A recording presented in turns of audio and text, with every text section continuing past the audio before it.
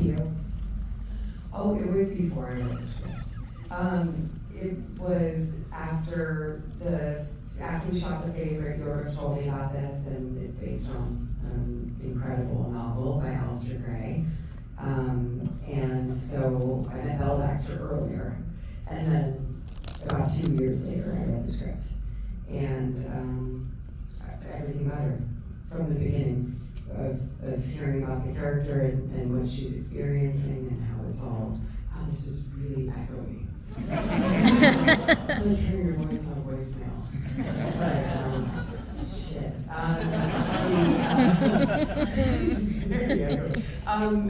It was just everything about her. The idea that you could start anew and experience everything for the first time, and go really far in one direction and then decide that you are done with that and move on and teach yourself all of this, especially as a woman. It was really inspiring to me. As a producer, why was it important to you to tell this story? I think for all of the reasons that I just mentioned, and having worked with Yorgos before, it felt like he and I had a friendship and a kinship where we were able to talk about everything, and I wanted to be privy to all parts of the building of the world of Poor Things, and because it was 4.5 years from when we first spoke about it to when we made it, it was really important to just to know everything that was going on, to be able to weigh in and be a voice for it, and so I guess all the reasons I just mentioned. Yeah.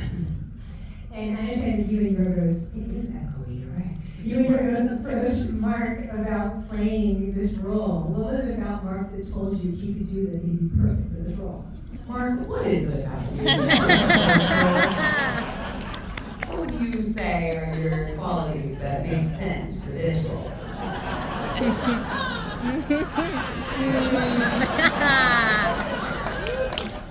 Just the top 10. 5. And great jumping. So I can hand you mine? Is there a mic for you? That's fine. I was waiting for the mic.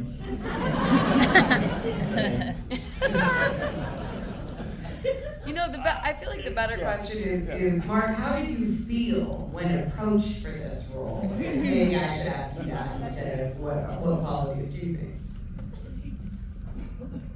Sorry for hijacking. No, that's perfect. I think you got the wrong guy. Was the first thing that came to my mind. Shouldn't I be reading for Max?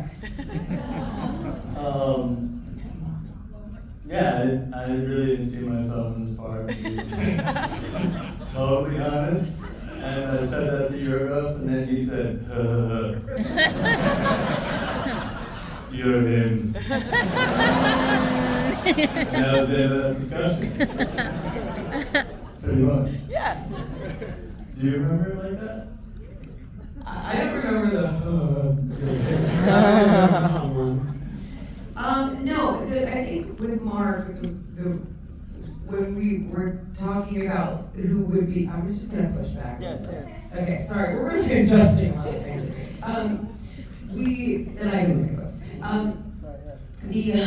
I don't have a footstep, so I keep going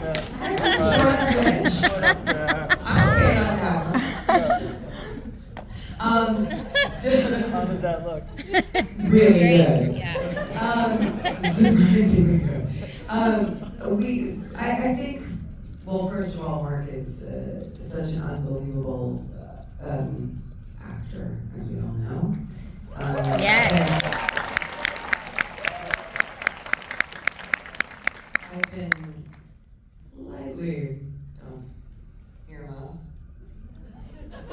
Lately in love with him for a long time. Ever seen You Can Count on Me? Boom. And then all over, going through all this stuff, and we see Foxcatcher,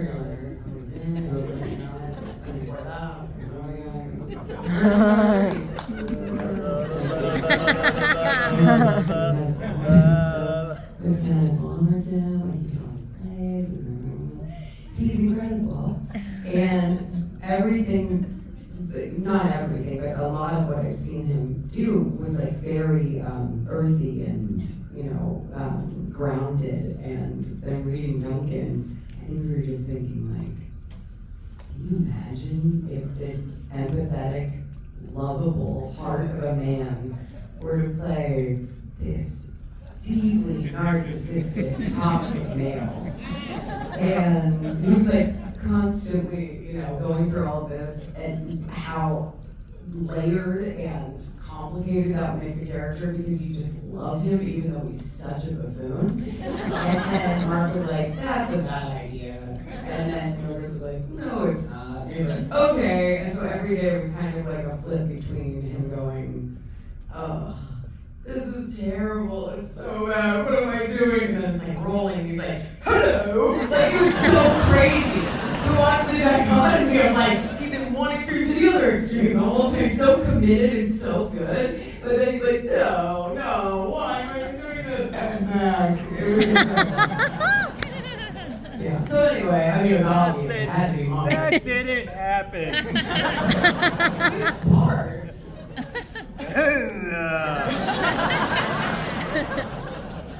It's all based on a true story. That's the hope changing part, right? But that's important. That's what I'm saying. But Mark, because there is this lovely, sweet side to you, it makes us not totally hate Duncan, right? So how did you tap into that to not make us think he was a deplorable, idiotic, toxic buffoon? Because he's just a really nice guy. He's got a hard goal. Honestly, I don't know what I did.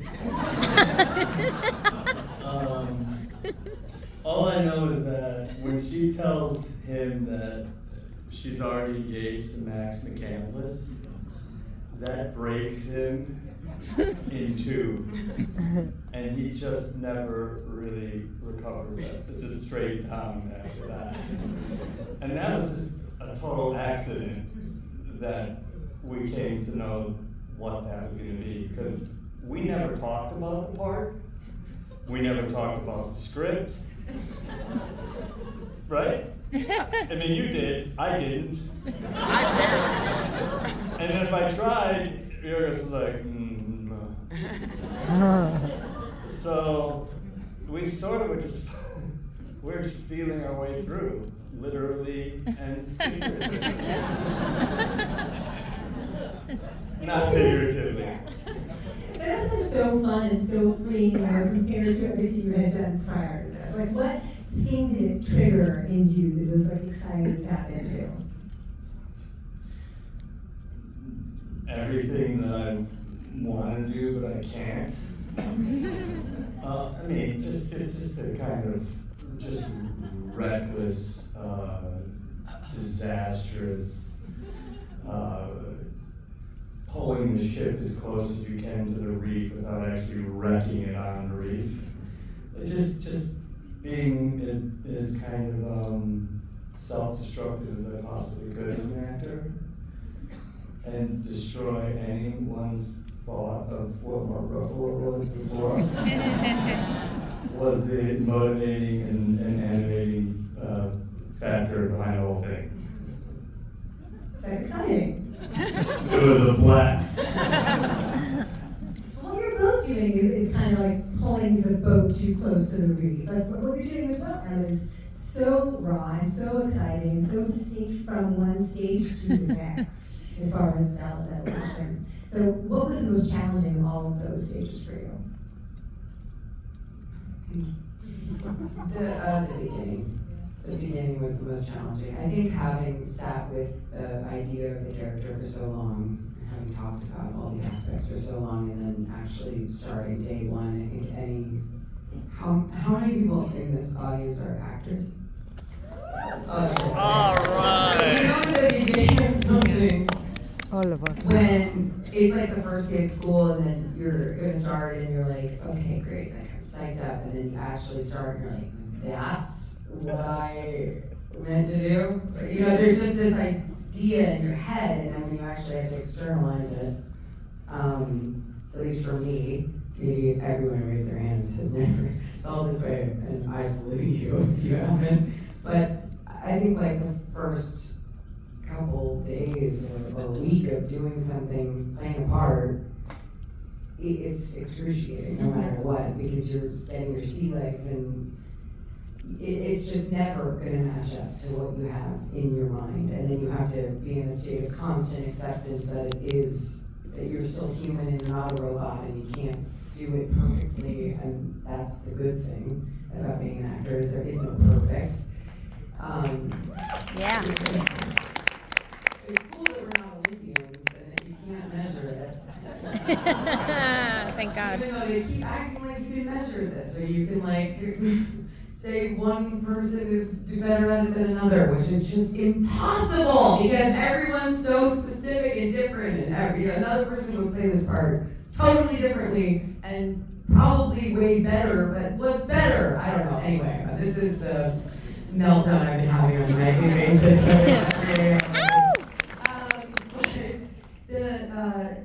That was the hardest part at the beginning, because it's such a primitive state, and it sets her off on the course of the rest of it. And we had marked it out in stages.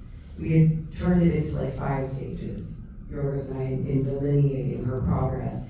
And it was only at the beginning that we weren't shooting chronologically, so we shot the beginning and the end.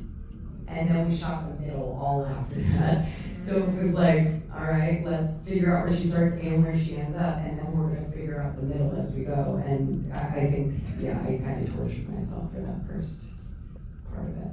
Those are extremes. Yeah. Absolutely, because she's so primitive at the start and so incredibly eloquent by the end. Yeah. So was it just whiplash for you to have to make that giant shift and not do it gradually?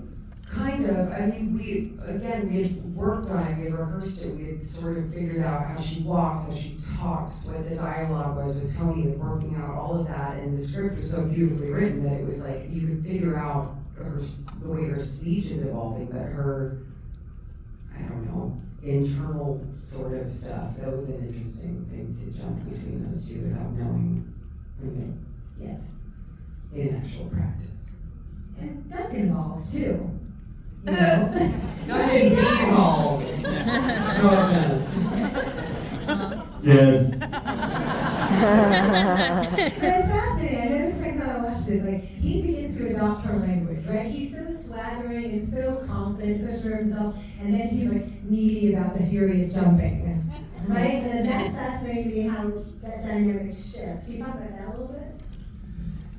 Yeah, you know, everything about Duncan is kind of this projection or some manufactured idea of what he thinks a man should be, or I'm free and I'm in a free love and I'm, you know, these petty bourgeois. He sees them as this libertarian, but what he really is just a super conventional, totally insecure, vulnerable baby man. And once he finally, I think, really is confronted with love, it all just falls apart. And all of his bravado, all of this masculine macho stuff is really just covering the most terrified, you know, broken, hungry, desperate, you know, sad person. Sound familiar? Yeah. Who?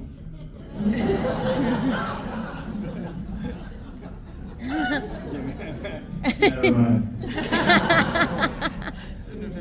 Let's talk about the dance scene. So fun. So good.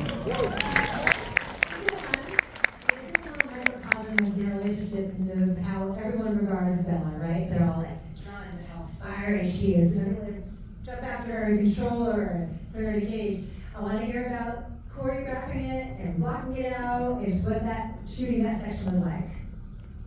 Constanza McCrastu did the choreography on The Favorite between Rachel Weisz and Joe Alwyn in that scene. Keenan came to Budapest where we were shooting and brought dancers with her, and we rehearsed and came up with all of these moves, and Yorgos would kind of watch me like, oh, yes, no, whatever, and or what would feel right to us. Like, would she be, feeling this way at this point in the story, or how would he come into it and all of that. So we rehearsed it quite a lot for a very long time for how crazy that scene looks. You would think it would be a little more refined. That's not the characters. But yeah, no, that was a blast. Did you have fun with that? A little. Come on.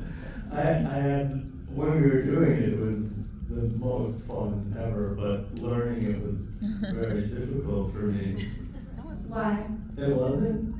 Yorgos told me I was a terrible dancer. But that's why I was so good. You're a terrible dancer. Oh, but that's why you're so good. It's all impulse. It's like a Zen koan. It's like one hand clapping. I get it. Yeah. It was, it's the whole relationship, really, in a physicalized performance. And it was so much fun. And it was so crazy. And, we knew the dance moves, but at the end of the day, how those characters really behaved was what we'd already been working on for so long. And so the dance was really an extension of them, but also what we brought to it in that moment. So it does feel very spontaneous. It does feel improvisational, because we were just playing the relationship at that point. We weren't really thinking about the dance anymore. We were just playing the relationships.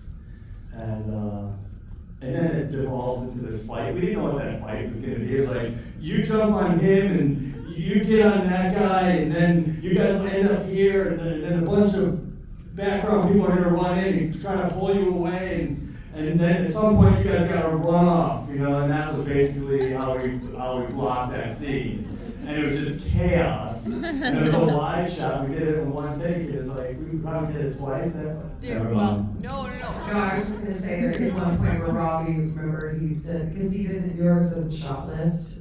Yorgos and Robbie, Ryan, our DP, they don't shot list. So like at the beginning of the day, they're sort of like, all right, maybe we'll go here, and we'll figure this out from here, which is kind of amazing for how visual and how, composed everything is, that they don't shot list. So at one point, Yorgos is like, all right, Robbie, let's just get in there, like with a handheld, but it's a fisheye handheld. And then I kicked Robbie, and they kept it in the movie. I remember. When I got on the guy's back, Robbie's like, ooh, here we go. And I was like, boom, accidentally kicked Robbie, and I'm like, let's keep it in. So it was more than one shot, and I did accidentally kick the camera. That's fun. It's part of the kerfuffle. Magic movies. Wow. That story really landed. Yeah, they love that one. That was a good. You killed it with that. I'll use that in the future. Thanks so much. That's my type 5. You know how composed it all is. Like, this world is wondrous. Every detail is so specific and so wild. How did all the production design help you guys get into character and tell a story? You're really good at this. Mark, stop. Earmuffs. Oh my god. The production, James and Shona, our production designers, had never worked together before. And they were sort of like thrust together in this experiment of two production designers working in tandem. And the world that they created was so unbelievable. All of, I would say 95% of this film is on sound stages that were built, with the exception of, there's one outdoor scene where God and Max take Bella to see the outside world. And then Lisbon was built inside, or the Lisbon dance scene was built inside of the soundstage. Other than that, everything was built. And it was just like a true wonder to behold. It felt like it looks on screen. It was larger than life and so detailed and just beautiful. And for me, you know, playing Bella, to walk through all of these environments and see them in that way, because it does feel to me like it's how Bella sees the world. You know, it's obviously not the world as it is, although none of this is the world as it is, because the whole thing is not, it can't really happen. So, you know, it was all very fantastical from the beginning, but it was so incredible to look at all of this through that lens, and yeah, it was beautiful. Do you want to add anything to that? I thought you did, you nailed that. Thank you. Yeah. Okay. See?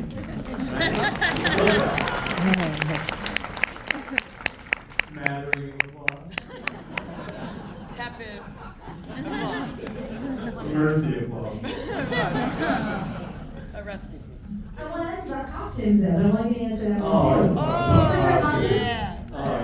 Can we talk about the Duncan wears too? I had, first of all the costumes were pretty amazing, but that was a big part. So we were rehearsing, and then we leave rehearsal and go to a costume fitting, and then come back. We had 3 weeks of rehearsal, and never did we talk about the script or the characters. We just played theater games for 3 weeks, right? We did interpretive dancing.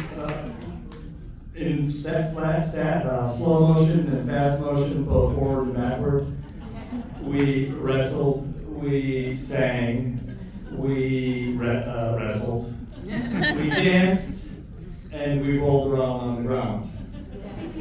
And it was the most informative rehearsal process I've ever been through in my life. But while we were doing that, we were cutting away to go to these costume fittings. And those costume fittings started to tell you everything you needed to know about the character. And it was very collaborative. So Holly, who had also never done a movie. No, she's a movie. Oh, she had? Yeah. She told me she never did a movie. Holly? Was she just saying that to me? Stop recording. Stop recording. Wrong movie. He's getting confused. I got confused. She seemed like she'd never done a movie. Only the best way. It's very fresh. But we were doing, I'm just destroying this. I've been doing this for like 20 hours today.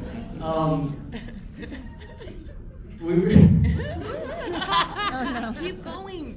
You can start recording again. Thank you. These costumes were sort of telling you everything, and they were so beautiful, and we were able to collaborate during the whole thing. So at some point, it's like, I think I want to wear a corset. You want to wear a corset? Great. We'll get you a corset. Do you want to wear it all? I want to wear it all the time. I think whenever he takes his clothes off, you should see his corset. Hell yeah. Cares about his figure. And then I go, well, how about some butt pads too? And then how about some calf pads? And then how about some thigh pads? And all of a sudden, you know, this very bottom heavy character started to come. But that's how we were working. And Yorgos it's so strange because he's such a strong director, but at the same time, all he really tells you is, you're disappointing me. And then they come back and we do the customer freak out for a minute, and then she come back and he's like, I like that. But during the course of that, everyone was sort of using everything they knew in their imagination and their creativity and their talent to sort of rise up to his vision for it. And so the costumes were this kind of fantastical imagination from Holly, based on what she thought she wanted from Yorgos. But really, what he does so beautifully is he allows his heads and his keys and his artists to really take it upon themselves to be as great as they can possibly be. And that's the magic of Yorgos Lanthimos, you know? And it's a strange space because he's not letting you do whatever you want, but he's calling to you to do the greatest you are capable of doing. Yeah. Wow. Right? Definitely. Save that. Yeah, that part, upload that. Okay, good. You can use that. Okay. Did you give up, Alice? I didn't give up. Everything Bella wears is so impossibly chic. Like, you must have loved every scene, every moment for that. Well, one of the most beautiful, early on, I went to meet Holly a couple months before we even started rehearsals, and we were just doing like a play around, and I had seen, you know, the boards and ideas and things that she had made, you know, beforehand, and the way she was describing the fabrics and the shapes, the fabrics were things that reminded her of organs, or, you know, things that would be in Baxter's house, and the colors were off in some ways, and the way that Bella's costumes evolve, you know, whether they're silk and padded and white and she's at home, but it's like she's going to get them messy, and Mrs. Prim is dressing her, and then when she moves into Lisbon, she's dressing herself, and so she's wearing these knickers, but she has them in a few different colors, and she's learning how everything was so meticulous and so inventive and just completely from her mind. It was all Holly's mind.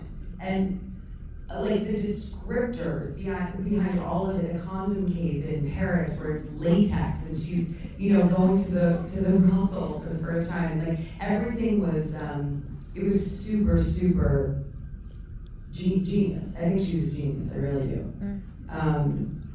And yes, to his point about Yorgos, one of the amazing things about him as a director, that every department head is hired. He wants to work with them because he wants to see what they want to create, because he's inspired by them and he wants to see what they're going to do. And I think she just absolutely blew everyone away. Gorgeous. Yeah.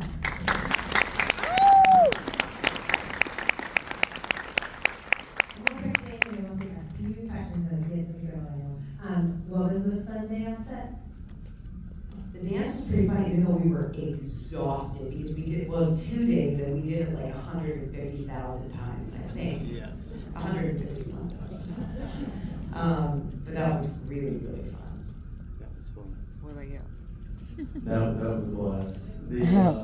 I thought that whole sequence where you come in and you give them the money away. Oh yeah, that's true. And then I try to throw her overboard. The ship. The ship stuff was pretty fun. Yeah. Throwing her overboard. I had 105 fever. It was not 105, Mark. It was It like felt like 99. it. Okay. Mark had a fever. I can't tell any of my own stories. You can, but you have to tell them honestly, Mark. You had 99.6. And you were like, look, I have a fever. I was like, it's 99.6. And you're like, that's basically 1 million. Mark, was it 99.6? It was 99.8. Okay. I'll give it to him. But I was dying. Anyway, I was sick. I was miserable. 105. You have to go to the hospital for that. 102. No, 99.6. 99.7. Anyway, Pro. I was a real pro. That was the one Yorgos said, came up to me at the end of that day, he said, I'm proud of you. And one little tear broke. And I hugged him. And he was like, no, go home and go to sleep. In the midst of your hallucination from your 110 degree fever. That's how I roll. questions. Let's do one right here. I'm Mig. I'm going as Bella for Halloween now, by the way. Yes. More specifically, the physicality for both of you. How did you prepare? Because, you know, in the beginning, her development of being a toddler, how did you get into that, and how did you prepare? And even for yourself, Mark, something that could be so broad and big was so specific and honest. How did you guys find that? For me, the toddler thing, I tried to, watch some videos of toddlers walking, and we very quickly realized that was not the move. She's gaining 25 words a day, and her hair is growing an inch every 2 days. She's not a toddler. It's a metaphor, we realized very quickly. So it was much more staccato and kind of wind-up doll than child that we were thinking, and so as we were working out the physicality, it was that. It was sort of like, trying different ways of walking on my feet or different movements, and then the way that evolves, and it was really just discovering a lot as we went to what felt kind of, hopefully more original and less, literal. So it was just a lot of experimentation. Mark. Thank you. So I Your think, fever was 105. I'm sorry. I know he's hurt by it. no, it's just like, how am I gonna go home and answer to this? I'm sorry. No, it's okay. I think that my favorite acting style is one foot on a banana peel and the other in a grave.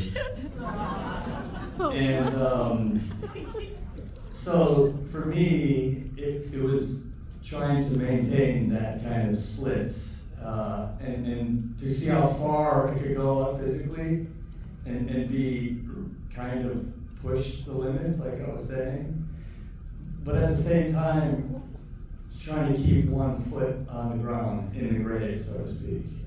And because of that rehearsal process and really getting to explore kind of the physical world, and some of the references that Yorgos was giving me, which were these dance companies, Vange and Peeping Tom dance company, this Belgian dance company, I got an idea of how far I could take that physically, but also just didn't want it to go over the edge, but wanted to see how far I could. And it goes over the edge in some places, but we pulled it back, relatively quickly. So that was the plan. Anyway. Cool. Well, pretty far in the back. Who in the back has a question? Nobody. Okay, we'll come closer. Red hair right here. I'm gonna ask you. Okay. Well, this is the second time I saw it. Loved it. I want to just say something about William Dafoe. It was amazing. And the bubbles coming out, I don't know if that was real. That's not my question though. Maybe you can comment on that, but you really, both of you, and especially you, Emma, you put yourself out there. I mean, you were completely open, and how do you prepare for something like that? Put ourselves Naked and just like full, just like everything. I mean, Being naked is easy to prepare for because you just take off all of that. Yeah. You don't go to the gym. Well, yeah, that too. Wait, Willem is, we love him very much, and he's just, as much as Mark was like,